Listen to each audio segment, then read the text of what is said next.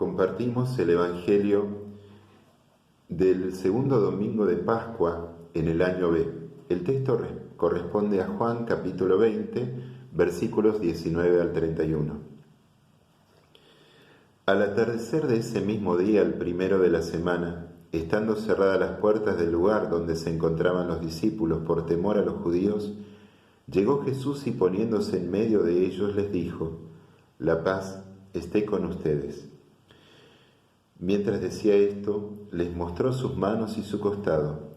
Los discípulos se llenaron de alegría cuando vieron al Señor. Jesús les dijo de nuevo: «La paz esté con ustedes.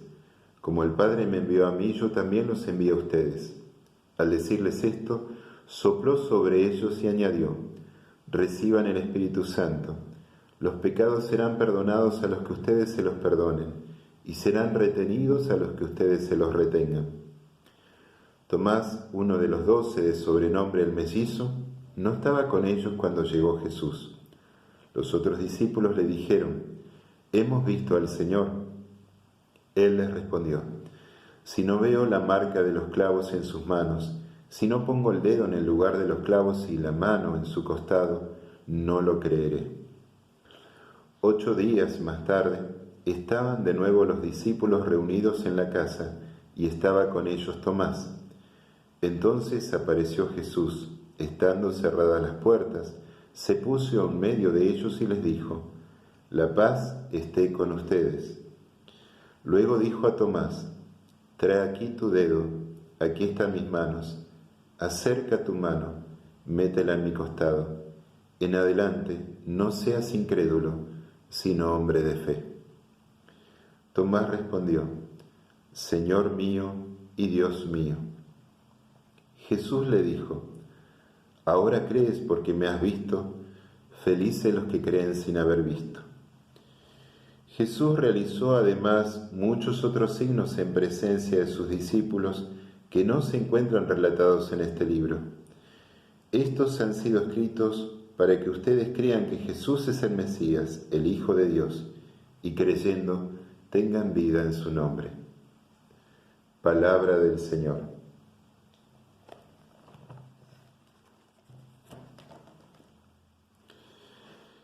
El Evangelio de hoy nos relata 2 apariciones de Jesús resucitado. La primera, el mismo domingo de Pascua, y la segunda, 8 días más tarde, es decir, nuevamente en el primer día de la semana. Con esto Juan nos quiere decir que cada vez que la comunidad se reúne en el día del Señor para celebrar su fe, Jesús resucitado se hace presente en medio de ellas. Juan no habla de apóstoles, sino de discípulos. ¿Quiénes son estos discípulos? Estos discípulos que se encuentran con las puertas cerradas por miedo a los judíos representan a todas aquellas comunidades que se han dejado ganar por el miedo a un mundo hostil que ha rechazado el mensaje de Jesús y que se encuentran simbólicamente representados en los judíos. Frente a esta amenaza conviene resguardarse, cerrar las puertas, esconderse, estar a la defensiva. Estas comunidades de discípulos de Jesús no han tenido en realidad una experiencia verdadera de Jesús resucitado. Jesús se presenta en medio de ellos y les dice: «La paz sea con ustedes». Esta paz no tenemos que confundirla con la tranquilidad ni con el reposo de las emociones. Se trata de aquella paz que consiste en la certeza de la presencia de Jesús resucitado en el corazón del creyente. Se empiezan a cumplir aquí las mismas palabras de Jesús, esas que dijo a sus amigos en la última cena: «Les doy la paz, les dejo mi paz, no como la da el mundo. No teman ni se acobarden. Si creen en Dios, crean también en mí». Aquí estas palabras comienzan a cumplirse y la comunidad empieza a perder el miedo. Y al decirles esto, les mostró sus manos y su costado. Es decir, les mostró las marcas de la crucifixión, las heridas de los clavos y la herida de la lanza en su costado. Es verdaderamente Él mismo, pero no es igual que antes. La muerte ya no tiene poder sobre Él. La resurrección ha transformado tan profundamente a Jesús, tan profundamente que las puertas del miedo y de la incomprensión no pueden detenerlo. Y los discípulos al verlo se llenan de alegría. Se cumplen nuevamente aquí las palabras del Señor. Ustedes ahora están tristes, pero yo volveré a verlos y tendrán una alegría que nada ni nadie les podrá quitar. No se trata de esa alegría superficial a la que estamos acostumbrados. Se trata de esa alegría que es signo de la santidad de un corazón que encontró el sentido de su propia fe. Que no es una doctrina, que no es una moral, que no es una concepción de la realidad, sino que se trata de un vínculo personal con una persona real y concreta, que es Jesús resucitado. Y Jesús les dice nuevamente: les doy la paz, como el Padre me envió a mí, yo los envío a ustedes. Porque esta paz que nos viene del resucitado no es para permanecer en nosotros, sino para ser dada al mundo entero. Es un don para toda la humanidad. Y por eso la misión que Jesús recibió del Padre es la misma misión que ahora nos encomienda a nosotros. La fe no ha sido dada para ser conservada, sino para ser comunicada, anunciada, dada a todos aquellos que están buscando el sentido más profundo de su existencia. Y Jesús sopló sobre ellos y añadió: reciban el Espíritu Santo. Este soplo está presente en el mismo momento de la creación del hombre, cuando Jesús sopló su aliento, la ruaj, sobre aquella figura de barro para darle vida. También la ruaj aparece en la visión del valle de los huesos secos de Ezequiel. En esa visión es el Espíritu Santo quien sopla la ruaj para dar vida a los muertos. Y ahora Jesús sopla su Espíritu Santo sobre los apóstoles, señalando que está haciendo en ellos una nueva creación. Una condición que antes solo le pertenecía a Dios, Él quiere por amor compartirla con nosotros.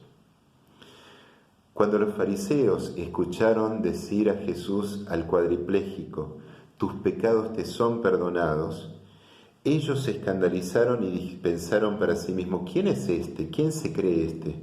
Solo Dios puede perdonar los pecados. Y no se equivocaban, verdaderamente tenían razón. Por eso, como signo de que hemos recibido del resucitado una condición que la naturaleza humana por sí misma no puede alcanzar, es que ahora Él nos da una misión que solo Dios puede cumplir: perdonen los pecados. ¿Y quién de nosotros puede perdonar, amar a sus enemigos sin el soplo de la ruaj en el propio corazón? Y el Evangelio nos dice que Tomás, uno de los 12, no estaba con ellos en el momento en que se apareció Jesús. No pudo hacer esta experiencia. Tenemos que analizar un poco quién es Tomás para el evangelista Juan, ya que es el único evangelio que le da cierto protagonismo a Tomás. Tomás tiene como sobrenombre Dídimo, es decir, mellizo, gemelo. Pero jamás el Evangelio nos revela cuál es el nombre de su hermano gemelo. Sabemos que en el Evangelio de Juan, el discípulo sin nombre, como en el caso del discípulo amado del Señor, es un recurso del evangelista para que nosotros nos identifiquemos con ese discípulo. Nosotros, cada uno de nosotros somos Dídimo de Tomás. Y el Evangelio en realidad no presenta a Tomás como un incrédulo, sino alguien un análisis, ¿cómo decir?, muy profundo de la realidad. Alguien muy crítico frente a la realidad y que necesita mayor profundidad que el resto para poder aceptar su fe. Algunas pinceladas, por ejemplo, que nos presentan el Evangelio es cuando Jesús toma la decisión, una decisión arriesgada que con la oposición de todos los apóstoles, de volver a Judea en ocasión de la muerte de Lázaro. Entonces allí es Tomás el que va a sentenciar: vayamos nosotros a morir con él. En la última cena, cuando Jesús dice: ustedes conocen el camino hacia donde voy, es justamente Tomás el que exclama: Señor, no sabemos a dónde vas, ¿cómo vamos a conocer el camino? Tomás no estuvo con la comunidad al aparecerse Jesús, no hizo esa experiencia y evidentemente el testimonio de sus hermanos no le alcanza. Por eso va a responder de un modo tajante: si no veo la marca de los clavos en sus manos, si no pongo mi dedo en el lugar de los clavos y mi mano en su costado, no creeré. No tendemos que entender como un reproche lo que Jesús resucitado después le dice a Tomás. Tomás no quiere ser un incrédulo, simplemente necesita más que el resto. Es más, él está dispuesto a hacer el camino de la comunidad. Justamente por eso, 8 días después los vemos también ahí reunido con ellos en la casa. Un detalle: el Evangelio nos dice que la casa aún está cerrada. ¿Por qué es esto? Porque es evidente que en la fe en el resucitado, llegó un proceso de comprensión y aceptación, tal cual le pasó a Tomás, tal cual nos pasa a nosotros. ¿Y por qué no? Quizás sea justamente este testimonio frágil o lleno de dudas de la misma comunidad la que no le alcanzó a Tomás para creer. Y Jesús no le hace un desafío a Tomás: ven aquí y pon tus manos. No, le permite hacer la experiencia que él necesita. Él necesita experimentar, tocar al resucitado, para en adelante ser un hombre de fe. Es cierto que Tomás necesitó más que el resto, pero también es cierto que él llega a una experiencia de Dios que ninguno todavía ha llegado, y a una confesión de fe que ningún apóstol aún se ha animado a hacer: Señor mío y Dios mío. Es gracias a Tomás que nosotros, los que no hemos visto a Jesús con nuestros ojos materiales, los que no hemos experimentado con nuestros ojos materiales al resucitado, es que recibimos la última de las bienaventuranzas de Jesús. Felices aquellos que creen sin haber visto. Ninguno de nosotros vio a Jesús, ninguno de nosotros vio al resucitado, pero sí lo hemos experimentado presente en la comunidad de los creyentes, que aún con todas sus fragilidades, con todos sus pecados, nos reunimos para expresar nuestro amor a Jesús. Lo vimos resucitado y obrando en aquellos hermanos y hermanas nuestras que han dado su vida al servicio de los más frágiles, al servicio de los excluidos, revelando de esa manera el rostro de misericordia de Dios. Lo vimos también en aquellos que reconocen con humildad que creen, pero que necesitan ayuda para aumentar su fe. Jesús resucitado no es solo una religión, una moral, una forma de ver las cosas. Jesús resucitado es mucho más que eso, es una persona que podemos experimentar, una persona concreta, verdadero Dios y verdadero hombre, que nos ha amado primero y que nos invita a amar con Él hasta dar la vida. Ayer, hoy y siempre, el Señor nos envía a sus testigos para que creamos que Jesús es el Mesías, el Hijo de Dios, y creyendo en Él tengamos vida en abundancia. que nuestro corazón se abra de par en par a esta buena noticia. Que tengan una hermosa semana.